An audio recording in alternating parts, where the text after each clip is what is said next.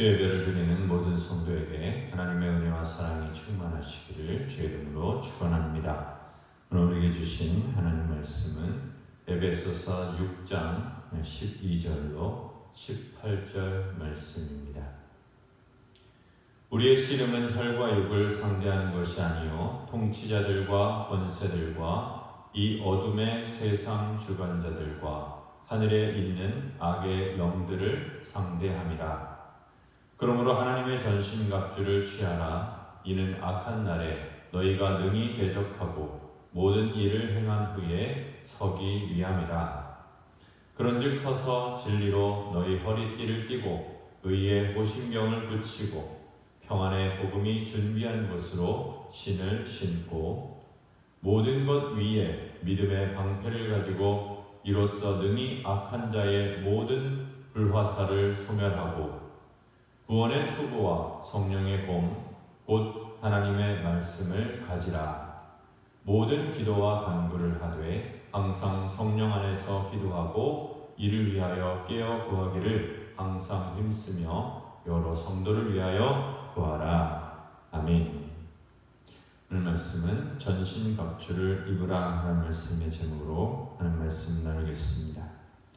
우리는 이 세상에서 살면서 마냥 행복하고 즐거운 인생을 살기를 바랍니다. 어떤 이는 이 세상에서 편안하고 행복하게 살고 싶어서 하나님을 믿으려고 하고 하나님을 믿는 것이 위험을 피하는 방어막이다 이렇게 생각하는 분도 있습니다. 그것은 어느 정도 맞는 말입니다. 그러나 그것이 전부는 아닙니다. 바울 사도는 현실을 우리에게 알려주고 있는데 우리에게는 싸워야 할 싸움이 있다고 말하고 있습니다. 사도 바울은 하나님을 믿는 것은 영적인 전투장에 들어가는 투사와 군인과 같다고 말하고 있습니다. 그 전투에서 지면 모든 것을 다 잃어버리는 것이고 이 전투에서 이기면 모든 영광을 얻는 그런 싸움을 우리가 싸워가야 한다고 말하고 있습니다. 오늘 말씀 12절 말씀에 보면 우리의 씨름은 혈과 육을 상대하는 것이 아니요 통치자들과 권세들과 이 어둠의 세상 주관자들과 하늘에 있는 악의 영들을 상대함이라. 씨름은 로마 사회에서 행해지고 있는 격투기를 말하고 있는 것입니다. 로마 권력자들과 정치인들은 로마 시민들을 만족시켜주기 위해서 구경거리, 이벤트를 자주 열어주었는데 제일 인기 있는 것이 바로 이 격투기였습니다. 싸움 구경, 불구경 이게 굉장히 사람들에게 흥미를 끄는 요소 아니겠습니까? 이 격투기가 로마 사회에서 굉장히 이슈가 되고 유행했던 것입니다. 격투기를 하면 거의 대개가 한 사람이 죽을 때까지 싸웁니다. 덩치 큰 사람들끼리 서로 싸우는데 한 번 잘못 맞으면 불구가 된다든지 죽습니다. 내가 죽든지 정말 죽을 때까지 집요하게 싸웁니다. 결국 그런 싸움이 우리 그리스도인에게 있다는 것입니다. 그런데 말씀에 보면 우리의 씨름은 혈과 육에 대한 것이 아니라고 말하고 있습니다.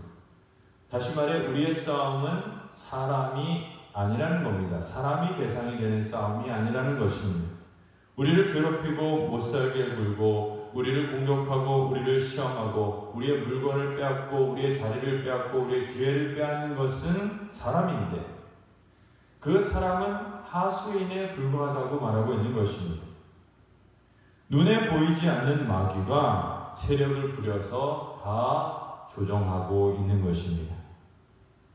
우리가 사람을 이기려고 하고 사람을 없애버리면 어떻게 될까요? 마귀는 그런 사람을 또 보냅니다. 또 만들어냅니다. 한 명을 이기면 두 명을 보내고 두 명을 이기면 100명을 만들어 보내는 것입니다. 그래서 사람을 이기는 것으로 안 됩니다. 뒤에 있는 뿌리, 뒤에 있는 악령, 뒤에 있는 세력을 이겨야 하는 것입니다. 그러려면 마귀의 전략을 알아야 하는 것이고 마귀의 전략에 반대로 행해야 하는 것입니다. 마귀는 자기의 정체를 드러내지 않고 뒤에서 조정을 합니다. 나중에 성도들이 어려움에 빠졌을 때를 보면 이 뿌리가 나타나지 않습니다. 뒤에서 조정을 하고 있고 앞에 있는 것들은 본질이 아닐 때가 많은 것입니다.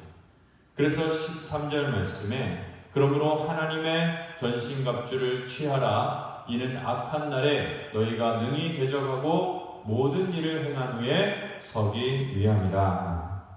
여기 악한 날은 하나님의 백성을 공격하기 위해서 마귀가 겨른 날을 말하고 있는 것입니다. 어느 날 뭣도 모르고 길을 가는데 사탄이 막 공격을 합니다. 사탄이 벼른 것입니다. 악한 날입니다. 생각지도 못한 때에 누명을 쓰기도 하고 어떤 오해를 사기도 하는 것입니다. 사기를 당하기도 하고 인터넷에서 공격을 당합니다. 어떤 경우에는 사고가 나고 병이 진단되기도 합니다. 이때 우리는 정신을 차려야 하는 것입니다. 아, 이것이 시험이구나. 교회에서 매일 시험 이야기를 하는데 이것이 그것이구나. 정신을 바짝 차려야 하는 것입니다. 그러지 않으면 치명적인 어려움이 오게 됩니다. 이런 악한 날이 있기 때문에 우리 믿는 그리스도인들은 완전한 무장을 갖춰야 한다고 말씀하고 있습니다. 군인처럼 완전 무장을 해야 한다는 것입니다. 군인들은 항상 군복을 입고 항상 군화를 착용해야 합니다. 언제 싸움이 벌어질지 모르기 때문에 대비하고 있어야 하는 것입니다. 지금 이스라엘 국민들은 남자, 여자 다 군대에 가서 군복무를 합니다. 군을 제대하더라도 20년 정도 예비군으로 전투할 수 있는 그런 준비가 되어 있어야 합니다. 사도 바울은 우리 예수 믿는 사람들은 복장을 잘 갖춰서 항상 영적 전쟁에 대비하고 있어야 한다. 이렇게 말씀하고 있습니다. 오늘 말씀에 비춰서 군대 이야기를 또 하게 되었습니다. 남자들이 하는 이야기 중에 제일 재미없는 이야기가 군대 이야기라고 하는데 저는 개인적으로 동의하지 않습니다. 저는 엄청나게 기억이 많이 나고 재미있었던 일이 많았습니다. 훈련소에 입소하자마자 바로 줄 서서 하는 일은 군복을 받는 일이었습니다. 아무리 좋은 명품 옷을 입고 명품 가방, 명품 구두, 명품 지갑 이런 거 아무 소용 없습니다. 그것들은 군인을 보호할 수 없습니다. 군인이 되는 순간부터는 군복을 입어야 하는 것입니다. 군복은 움직이기 편하고 튼튼합니다. 모양은 형편없고 볼품없지만 굉장히 실용적입니다. 특이하게 허벅지 부분에 큰 주머니가 있는데 건빵을 넣어두면 필수적인 역할을 합니다. 물론 다른 건 어떻게 되어 있지만 건빵 넣을 때 제일 좋습니다. 훈련소에서 물품을 지급받으면 모두 군번과 이름을 적게 되어 있습니다. 그래서 속옷에도 이름을 적어야 됩니다. 섞이면 곤란하니까요. 나중에 세탁할 때 섞이면 곤란합니다. 그런데 그 중에 어떤 친구들은 남의 이름이 적힌 속옷을 빨랫줄에서 몰래 걷어다가 건빵이나 담배로 바꿔서 장사를 하는 간이 부은 훈련병들도 있었습니다. 빨래하기 귀찮은 훈련병들은 그런 속옷을 구입하기도 합니다. 심지어는 입어서 냄새나는 그 속옷을 빨랫줄에 그냥 걸고 빨래되어진 세탁된 남의 옷을 가져오는 그런 양심에 화인 맞은 훈련병들도 있었습니다. 그런데 분명히 속옷을 잃어버린 친구들이 있었을 텐데 놀랍게도 숫자가 다 맞았습니다. 속옷을 잃어버린 친구들이 같은 방식으로 속옷을 걷어왔기 때문이 아닌가 생각합니다. 중요한 것은 숫자가 맞는 것이죠. 남의 속옷을 입는다는 찜찜함 같은 것은 아무 걸림돌이 되지 못합니다. 군대에서 지급되는 모든 물건은 다 필요한 것들이고 중요한 것입니다. 머리부터 발끝까지 꼭 있어야 할 것들입니다. 이것 없이는 전투에 투입될 수 없습니다. 이렇게 군인의 복장은 전투와 직결됩니다. 군인의 복장은 전투력입니다. 복장이 중요합니다. 일단 전투복은 쉽게 찢어지면 안 됩니다.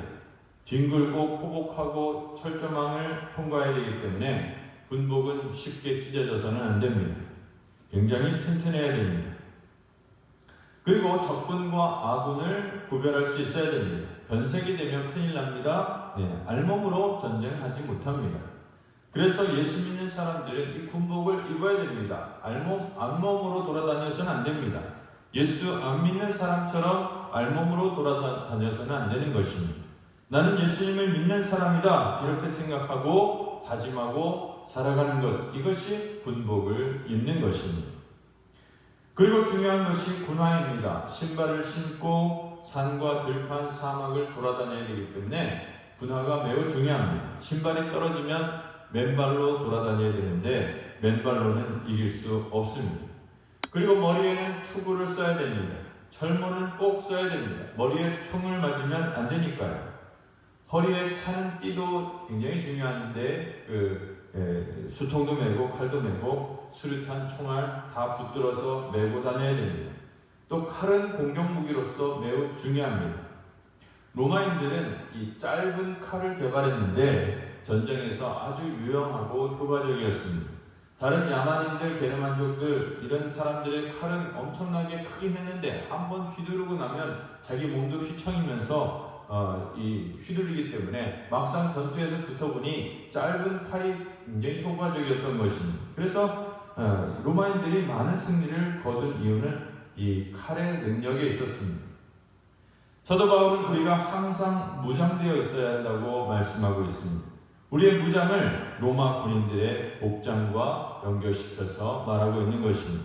14절 말씀에 보면 그런즉 서서 진리로 너희 허리띠를 띠고 의의 호신경을 붙이고, 그 첫 번째가 진리의 허리띠를 띠라고 말하고 있습니다. 로마 사람들의 옷은 이 치마로 되어 있습니다. 통으로 짠 치마로 되어 있습니다. 그래서 일을 하거나 전쟁을 할 때는 허리띠를 묶어서 옷을 접어서 메어둬야 됩니다. 그래야 이동하기가 쉽습니다. 허리띠는 허리를 받쳐주어 힘을 쓰는 데 도움을 주고 또 옷을 메거나 다른 물건을 붙잡아 메어두어서 활동하기가 매우 편하게 만들어줍니다. 로마 군인들이 전쟁을 하는데 허리띠가 없으면 달릴 수가 없는 것입니다. 옷이 흘러내려서 전쟁할 수가 없는 것입니다. 이처럼 하나님의 백성들은 진리로 잘 무장되어 있어야 됩니다. 시험이 올 때는 혼동이 됩니다. 뭐가 뭔지 잘 모릅니다. 평소에는 잘 알 수 있을 것 같고 잘 해낼 수 있을 것 같은데 시험이 오면 뒤죽박죽 되어서 정신을 차릴 수 없습니다. 이런 때에 진리의 말씀으로 무장되어 있어야 하는 것입니다. 진리의 말씀으로 무장되면 설교 말씀이 생각나고 하나님의 말씀이 생각납니다. 설교가 들어오고 말씀이 생각나면 사는 것입니다. 사람이 하는 말이 생각나면 망합니다. 하나님의 말씀이 생각나면 중심이 잡혀서 살 길이 보입니다. 어떤 사람이 큰 병에 걸렸다면 주위 사람들은 자기가 알고 있는 비방을 막 이야기해 줍니다. 뭐가 좋다더라, 뭐 어느 병원에 가라, 뭐 어느 의사를 가라, 뭐 어느 기도원을 가라, 뭘 먹어라, 호박 먹어라, 오이 먹어라, 아니다 양파 먹어라, 도라지 먹어라, 아니다 인삼 먹어라, 어느 물이 좋다더라, 뭐 이러면서 너무 가르쳐주는 것이 많습니다. 그런데 그 비방대로 다 가르쳐주는 대로 다 하면 그 사람은 반드시 죽습니다. 물론 다 사랑해서 이야기해 주는 것이고 다 아껴서 이야기해 주는 것이지만 너무 많은 정보는 사실 없는 게 낫습니다. 병에 걸린 사람은 정신 차리고 의사를 만나야 되고 의사의 말을 들어야 됩니다. 다른 사람 말 들어서는 안 됩니다. 의사의 말을 들어야 되는 것입니다. 의사가 하라는 대로 해야 합니다. 아무리 좋다는 거 있어도 먹지 말아야 되고 아무리 좋은 방법이 있다 해도 하지 말아야 되는 것입니다. 의사가 하라는 대로 해야 합니다. 마찬가지로 우리 예수 믿는 사람들은 혼동돼서는 안 됩니다. 다 좋다고 해서 다 유익하다고 해서 따라다녀서는 안 됩니다. 어디 갑니까 좋다더라, 어떤 사람이 좋다더라, 누가 뭐 좋은 얘기 해준다더라 따라가서는 안 됩니다. 다 따라했다가는 죽습니다. 다 버리고 하나님의 말씀만 붙들어야 됩니다. 하나님의 진리의 말씀으로 충분한 것입니다. 하나님 말씀만 따라가야 힘이 생깁니다. 명확한 하나님의 말씀만 잡아야 합니다. 하나님의 진리는 우리의 이성을 날카롭게 만들어줍니다. 하나님의 말씀인지 사람의 말인지를 분간할 수 있게 하시는 것입니다. 다음으로 의의 호심경을 붙이라 이렇게 말하고 있습니다. 로마 군인들은 반드시 가슴을 보호하는 이 호심경, 단단한 이 호심경을 붙이는데 가슴을 찔리는 것을 보호하기 위해서입니다. 가슴을 찔리면 즉사할 수밖에 없습니다.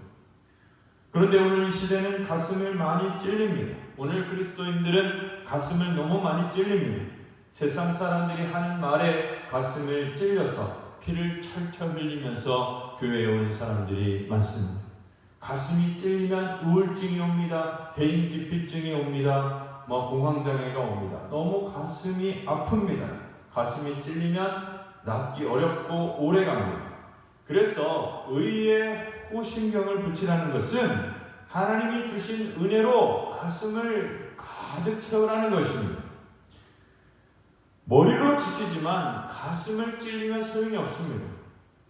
우리의 가슴에 늘 하나님의 사랑과 은혜가 충만해야 됩니다. 그렇지 않으면 가슴이 타버리는 것입니다. 우리 예수 믿는 사람들은 늘 뜨거운 가슴이 있어야 됩니다. 그래서 누가 화살을 막 쏴도 상처를 덜 입는 것이지 가슴이 메말라 있으면 상처받게 되어 있는 것입니다. 세 번째로 15절에 평안의 복음이 준비한 것으로 신을 신으라 이렇게 말하고 있습니다. 평안의 복음의 신발이라고 말합니다. 평안의 복음의 신발은 다른 사람과 하나님을 화해시키는 것을 말하는 것입니다. 다시 말해 하나님의 백성은 싸우는 것이 능사가 아니라는 것입니다. 하나님의 백성들이 중요한 것은 싸우는 것이 아니라 건지는 것입니다. 화해시키는 것입니다. 평안하게 만들어주는 것입니다. 여호수아는 여리고성을 멸망시키기 전에 정탐꾼을 보내서 기생 라합을 건지게 했습니다. 기생 라합을 피신시켜 놓고 그들을 안전하게 해놓고 그 다음에 공격했습니다. 그래서 이 복음의 신은 굉장히 빨라야 합니다. 공격하기 전에 건질 사람 빨리 건져놓고 공격해야 하는 것입니다. 그런데 가끔 어떤 교회에서는 신발을 막 던져가면서 싸웁니다. 성도들끼리 서로 갈라놓고 주도권을 잡으려 하고 서로를 공격하고 있습니다. 성도들을 찌르면서 성도끼리 막 싸웁니다. 싸우는 것이 능사가 아닙니다. 건지는 것이 중요합니다. 평안의 복음이 준비한 것으로 신을 신어야 하는 것입니다. 그리고 16절 말씀에 모든 것 위에 믿음의 방패를 가지고 이로써 능히 악한 자의 모든 불화살을 소멸하라 이렇게 말하고 있습니다. 믿음의 방패가 중요합니다. 악한 자들은 거짓말로 불화살을 쏩니다. 거짓말로 막 공격합니다. 그냥 화살도 위험한데 불화살을 쏘고 독을 발라서 독화살을 쏩니다. 그것을 손으로 막으면 큰일 나는 것이죠. 그래서 로마 군인들은 방패를 사용하는데 이 방패가 다양합니다. 이 작은 손 방패도 있고 조금 큰 칼을 막는 큰 방패도 있고 화살을 막는 방패는 더 큽니다. 사람 키만큼 큽니다. 엄청 큰 방패도 있습니다. 불화살, 독화살, 의심의 불화살, 악성 루머의 독화살이 퍼지는 것을 막아야 하는 것입니다. 방패로 막아야 됩니다. 교회 안에서 의심을 막아야 됩니다. 서로 믿어줘야 됩니다. 의심하지 말고 서로 믿음으로 이기는 것입니다. 결국 악한 마귀를 이기는 것은 믿음입니다. 마귀는 믿음이 없어요. 마귀는 머리는 너무 좋은데 믿음이 없습니다. 마귀는 서로 믿어주지 않습니다. 그런데 믿음으로 나가면 성도들끼리 서로 믿어주고 우리가 믿음으로 나가면 마귀가 혼란스러워하면서 넘어집니다. 그래서 믿음으로 나가야 됩니다. 의심하고 뒷조사하고 뒤에서 막 공격하고 그러면 마귀가 똑같은 방법으로 하는 것입니다. 마귀는 그런 방법에 능수능란합니다. 그래서 우리는 복음의 신발을 신고 사람을 건지면서 이 마귀의 불화살을 막아내야 되는 것입니다. 굉장히 어려운 동작을 해내야 되는 것입니다. 그리고 성령의 검이라고 말하고 있습니다. 17절에 구원의 투구와 성령의 검, 곧 하나님의 말씀을 가지라. 유일한 공격 무기가 바로 성령의 검, 곧 하나님의 말씀입니다. 어떤 사람이 아주 강력한 무기를 사용하는데 그것은 바로 독설입니다. 신문에서, 사설에서, 기사에서 독설을 막 퍼붓습니다. 야유, 조롱, 인신공격 막 퍼붓습니다. 막 인터넷 댓글로 사람을 막 죽입니다. 악하지 않으면 할 수 없는 말을 막 합니다. 우리나라 정치인들은 어디 가서 그런 교육을 받는 것 같습니다. 얼마나 막 거친 말을 막 쏟아내는지 모릅니다. 신문기사의 댓글에 자기의 모든 더러움을 다 토해냅니다. 그것이 그들이 가진 악한 무기인 것입니다. 하나님의 백성들은 그런 무기가 아니라 하나님의 말씀이 무기입니다. 하나님의 말씀 붙들고 기도하는 것이 성도의 무기입니다. 성령의 검이라고 말했지만 사실 이 말씀을 오늘말로 바꿔보면 성령의 원자탄입니다. 성령의 검 그러면 총보다 못하네 이렇게 생각할 수 있기 때문에 성령의 검이라고 말씀드리지만 오늘날로 말하면 성령의 원자폭탄입니다. 우리가 하나님의 말씀을 가지고 나가면 천군 천사로 우리를 지켜주십니다. 그래서 우리가 말씀으로 나가면 이 능력이 나타나는데 원자폭탄과 같은 능력이 나타납니다. 그래서 우리 예수 믿는 사람들은 말을 많이 할 필요가 없습니다. 함부로 말을 많이 해서도 안 됩니다. 농담도 많이 해서는 안 됩니다. 농담도 많이 하면 실수가 될 수밖에 없는 것입니다. 그래서 성도는 말씀과 기도로 나가야 됩니다. 우리가 영적인 전투를 이겨내려면 마귀의 전략을 꿰뚫어야 합니다.